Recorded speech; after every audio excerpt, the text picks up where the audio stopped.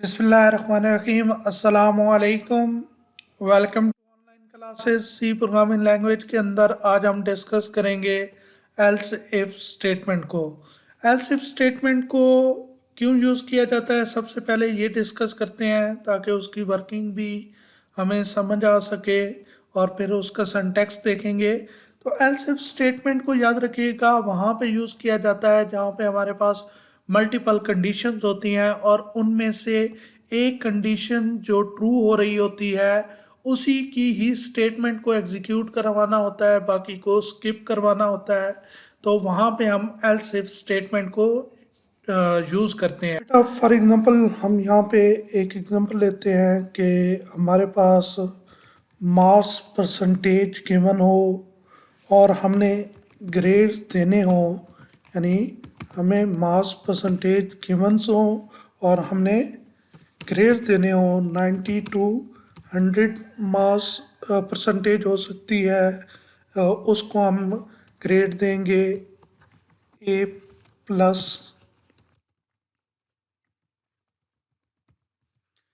इसी तरह हमारे पास क्या हो सकते हैं 82 82 90 और यहाँ पे ए ग्रेड हम दे देंगे। ये याद रखिएगा, यहाँ 90 इंक्लूड होगा, यहाँ लेस देन 90 होगा, यानी यहाँ पे 92 90 भी इंक्लूड होगा, 100 भी इंक्लूड होगा और यहाँ पे 82 89 तक जाएगा। ठीक है, फिर उसके बाद यहाँ पे 72 80, फिर इसके बाद 62 70 52 60 और 42 50 और 33 टू 40। यहाँ पे आप ग्रेड दे दें बी प्लस,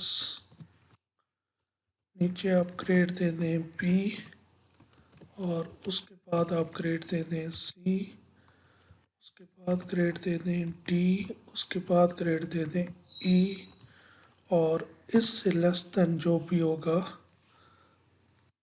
लेस देन 33 जो भी होगा उसको ग्रेड मिल जाएगा एफ। अब देखिए, ये हम एक एग्जांपल ले रहे हैं कि ये एक हमारे पास क्वेश्चन हो और हमने ग्रेड देने हो। तो अब देखें यहाँ पे एक हमें समझ आती है कि हम इफ़ कंडीशन बार बार लगा दें, यानी हम सिंपल इफ़ स्टेटमेंट को पढ़ चुके हैं ना।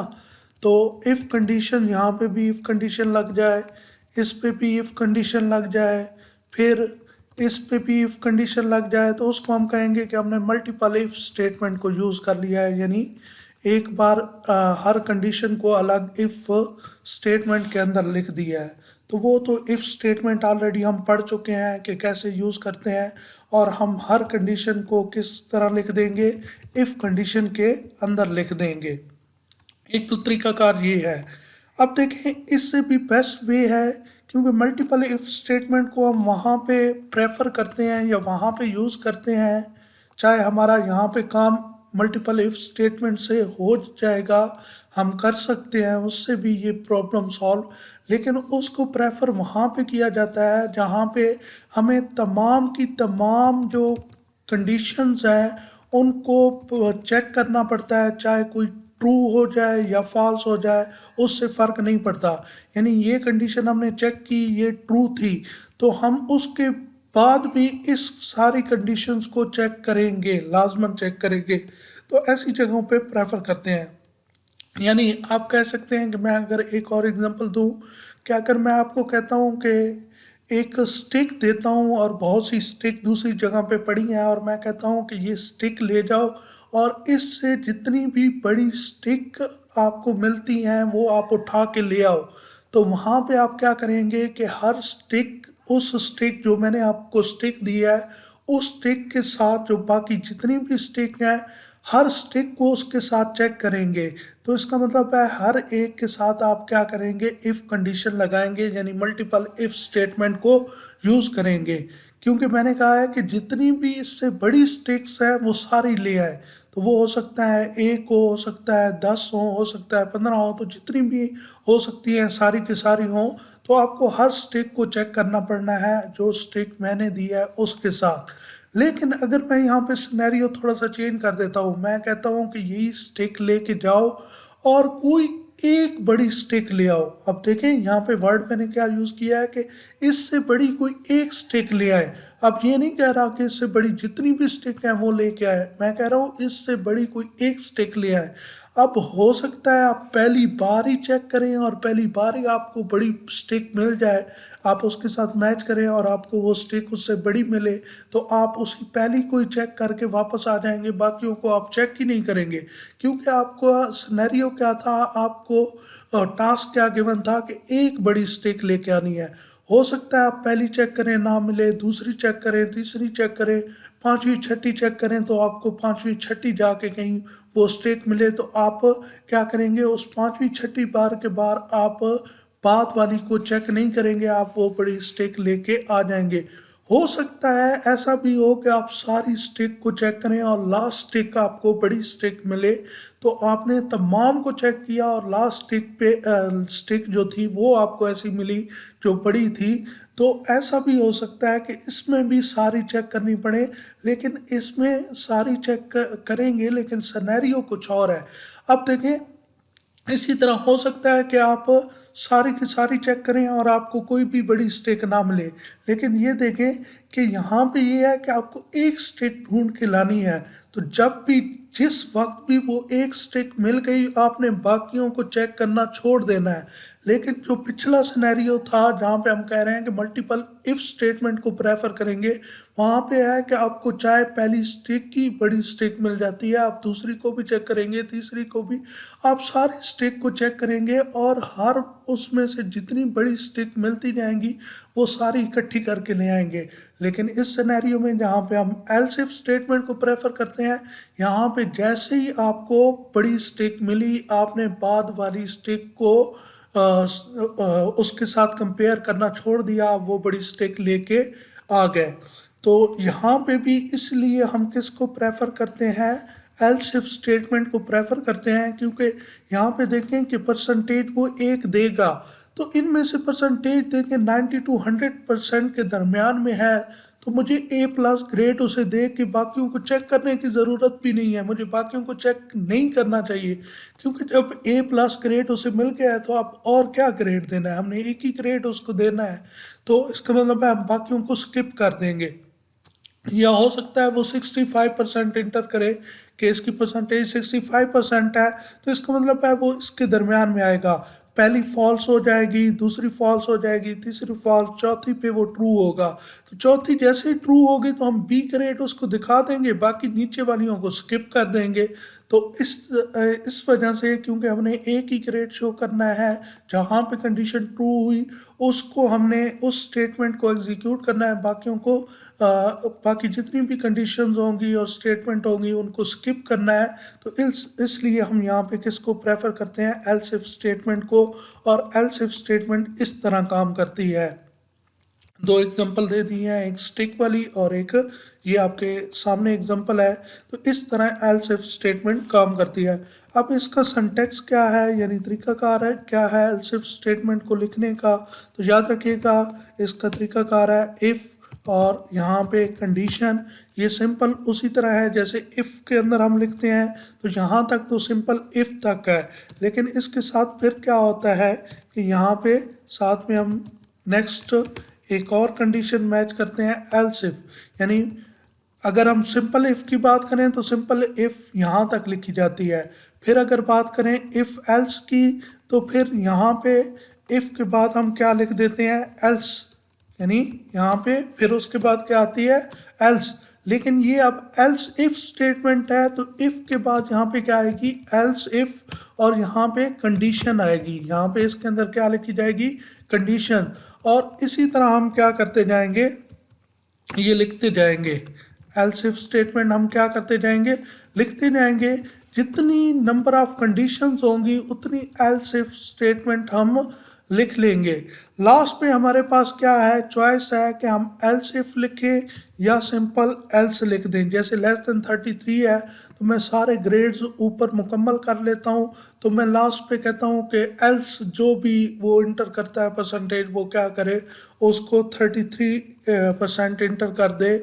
या मैं कहूँ कि एल्स के अंदर मैं ये लिखूँगा कि फॉर एग्जांपल वो जीरो से लेस देन कोई माइनस पे नंबर दे देता है, परसेंटेज दे देता है, तो मैं उसको आउट शो कर दूंगा कि जीरो से लेस देन अगर परसेंटेज है तो मैं उसे शो करूंगा कि आपने गलत इंटर किया है परसेंटेज को।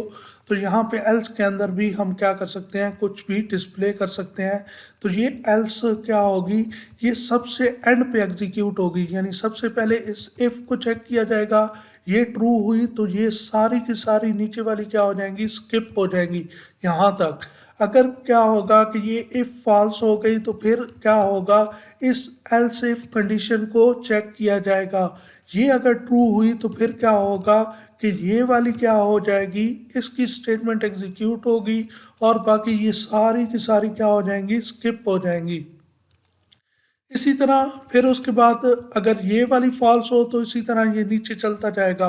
हो सकता है कि ये सारी एल्स इफ कंडीशंस क्या हो जाए, फॉल्स हो जाए। तो जैसे ही सारी एल्स इफ कंडीशन फॉल्स होंगी तो अगर एल्स स्टेटमेंट, ये वाली स्टेटमेंट लिखी होगी, एल्स लिखा होगा, तो एल्स वाली ऑटोमेटिकली एग्जीक्यूट हो जाएगी। अगर एल्स नहीं होगी तो फिर कुछ भी एग्जीक्यूट नहीं होगा, सारी की सारी स्किप हो जाएंगी।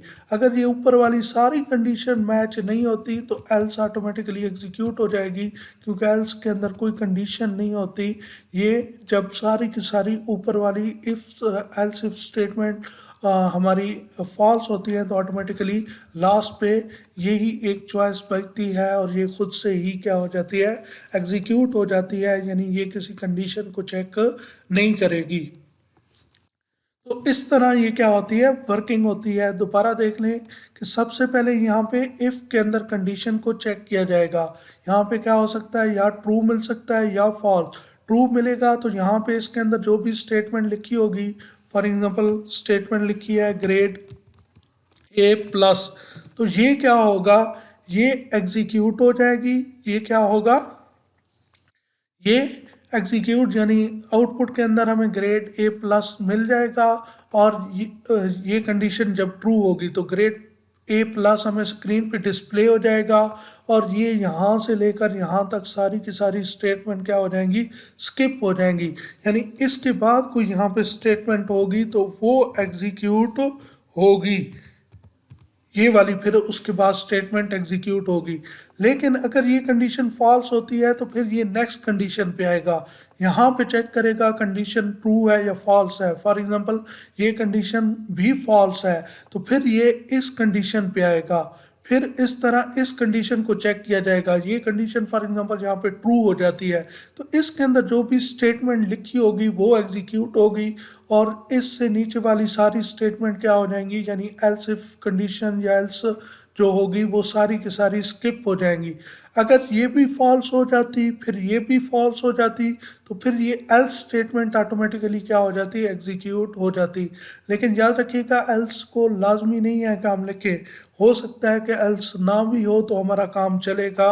एल्स लिखना ज़रूरी नहीं है, ये ऑप्शनल है, एल्स लिखें ना लिखें। एल्स लिखेंगे तो फिर क्या होगा, यानी एल्स लिखने से क्या होगा, एल्स लिखने से जस्ट ये होगा कि ये सारी की सारी अगर कंडीशन फॉल्स हो जाती हैं तो फिर ये वाला ऑप्शन चल जाएगा, ये एल्स स्टेट के अंदर लिखी हुई स्टेटमेंट एग्जीक्यूट हो जाएगी। अगर आपने एल्स नहीं लिखा हुआ तो ये सारी की सारी फॉल्स होती हैं तो फिर कुछ भी यहाँ पे आपका कंडीशंस के तौर पर डिस्प्ले नहीं होगा, बल्कि नेक्स्ट स्टेटमेंट फिर एग्जीक्यूट होगी। आपकी यहाँ पे कोई भी आउटपुट नहीं आएगी इन कंडीशंस की वजह से। तो उम्मीद करता हूँ आपको एल्स इफ स्टेटमेंट की वर्किंग समझ आ गई होगी, उसका सिंटैक्स समझ आ गया होगा। नेक्स्ट हम इसी एग्जांपल को इम्प्लीमेंट करके देखेंगे कि इस एग्जांपल को हम कैसे इसको प्रोग्राम के अंदर इम्प्लीमेंट करेंगे एल्स इफ स्टेटमेंट की मदद से। और मैं कोशिश करूँगा इसको मल्टीपल इफ स्टेटमेंट से भी आपको कर दूँ, या वो आप खुद मुझे करके दिखाएंगे। एल्स इफ स्टेटमेंट से मैं कर दूंगा और मल्टीपल इफ स्टेटमेंट से आपको ये खुद एग्जांपल करनी होगी। तो तब तक अपना ख्याल रखिएगा। किसी किस्म का कोई क्वेश्चन हो तो आप पूछ सकते हैं। Thank you so much. अल्लाह हाफिज़।